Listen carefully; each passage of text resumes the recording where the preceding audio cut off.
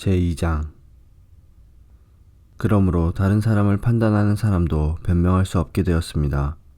다른 사람을 판단하는 사람은 자신도 똑같은 행동을 하고 있으므로 자기 자신을 판단하는 셈입니다. 이런 일을 행하는 사람들에게 하나님께서 의로운 심판을 내리시리라는 것을 우리는 알고 있습니다.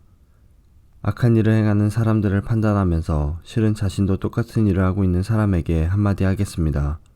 그대가 혹시라도 하나님의 심판을 피할 수 있다고 생각합니까? 그렇지 않다면 하나님의 자비로우심이 여러분을 회개로 이끄신다는 것을 깨닫지 못하고 그분의 자비로우심과 넓으신 아량과 오래 참으심의 풍성함을 멸시하는 것입니까? 어리석게도 이런 사람은 완고하고 회개하지 않음으로 말미암아 하나님의 의로우신 심판이 나타나는 날에 받을 진노를 스스로 쌓고 있습니다. 하나님께서는 각 사람이 행한 대로 갚아주실 것입니다. 인내로서 선한 일을 행하며 영광과 존귀와 영원한 것을 구하는 사람들에게는 하나님께서 영생을 주실 것입니다. 그러나 이기적인 욕심만 가득하여 진리를 거스르고 옳지 않은 것을 따르는 사람에게는 하나님께서 진노와 화를 내리실 것입니다. 악한 일을 행하는 모든 사람에게 환난과 고통이 있을 것입니다. 유대인으로부터 시작해서 이방인들에 이르기까지 그러할 것입니다. 그러나 선한 일을 행하는 모든 사람에게는 영광과 존귀와 평강이 있을 것입니다. 유대인으로부터 시작해서 이방인들에 이르기까지 그러할 것입니다. 그것은 하나님께서 모든 사람을 차별하지 않으시기 때문입니다. 율법을 모르는 사람들이 죄를 지으면 율법과 상관없이 망할 것이요 율법을 아는 사람들이 죄를 지으면 율법에 따라 심판을 받을 것입니다. 그것은 하나님 앞에서는 율법을 듣는 사람이 의로운 사람이 아니라 오직 율법을 행하는 사람이라야 의롭다고 인정받기 때문입니다. 이런 까닭에 율법을 가지고 있지 않은 이방인들이 본성에 따라서 율법이 요구하는 대로 행하였다면 그 사람은 율법을 가지고 있지 않지만 자신이 자기에게 율법이 되는 것입니다.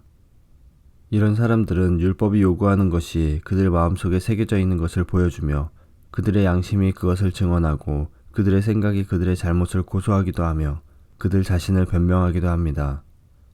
이 모든 일은 내가 전파한 복음대로 하나님께서 예수 그리스도를 통해 사람들의 비밀스러운 삶들을 심판하실 때 일어날 것입니다. 자신을 유대인이라 부르는 여러분은 어떠합니까? 여러분은 모세의 율법을 의지하며 하나님과 사귄다고 자랑합니다. 여러분은 하나님의 뜻이 무엇인지도 알며 율법을 배웠기 때문에 무엇이 옳은지도 분별할 수 있습니다. 여러분은 스스로가 안못 보는 사람의 인도자요 어둠 속에 있는 사람의 빛이라고 확신하고 있습니다.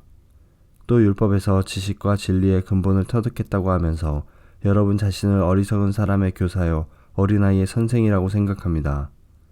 그러는 여러분이 다른 사람은 가르치면서 왜 여러분 자신은 가르치지 않습니까?